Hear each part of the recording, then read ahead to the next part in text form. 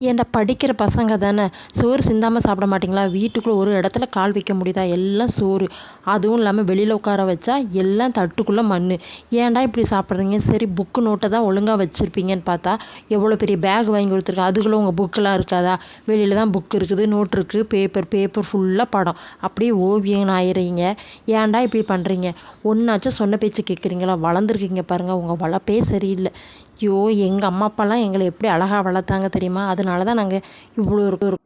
அம்மா தம்பி தாம்மா புக்கு நோட்டு எல்லாம் ஒரு இடத்துல வைக்க மாட்டேங்கிறான். சாப்பாடு கூட அவன் தான் என் மேலே சிந்தினான். அதனால தான் நான் திருப்பி அவனை அடிக்க போய் சாப்பாடு சிந்திச்சு. சாரிம்மா, மன்னிச்சிக்கம்மா. ஏன்டி மன்னிப்பு கேட்டா சரியா போச்சா? சோறெல்லாம் சிந்தி வீட்டுக்குள்ள நடக்க முடியுதா? நான் தானே சுத்தம் பண்றேன். சுத்தம் பண்ணி பாரு. அப்ப தெரியும். ஆனா ஊனா சாரி மட்டும் கேட்டுக்காத. படிக்க வச்சு இது ஒண்ணு. என் பிள்ளைங்கள சொல்கிறது இருக்கட்டும்டி. உன் தம்பி பஸ் ஸ்டாண்டாண்டா குடிச்சிட்டு கண்ணு முன்னு தெரியாமல் விழுந்து கிடந்தாண்டி. இப்போ தான் வீட்டில் கொண்டு போய் விட்டுட்டு வந்தேன். உங்கள் அம்மாவும் அப்பாவும் அப்படி அழுதுக்கிறாங்க. பிள்ளைய வளர்த்தது சரியில்லையேன்னு. முதல்ல அவனை திருத்துற வழியை பார்க்க சொல்லு. ஆமாம், என்னமோ இந்த சின்ன பிள்ளைங்க சோறு சிந்துச்சுன்னு இந்த பேச்சு பேசுறியே.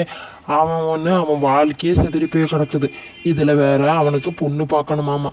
உங்கள் அம்மா வேற என்கிட்ட அழுகுது. போ போ.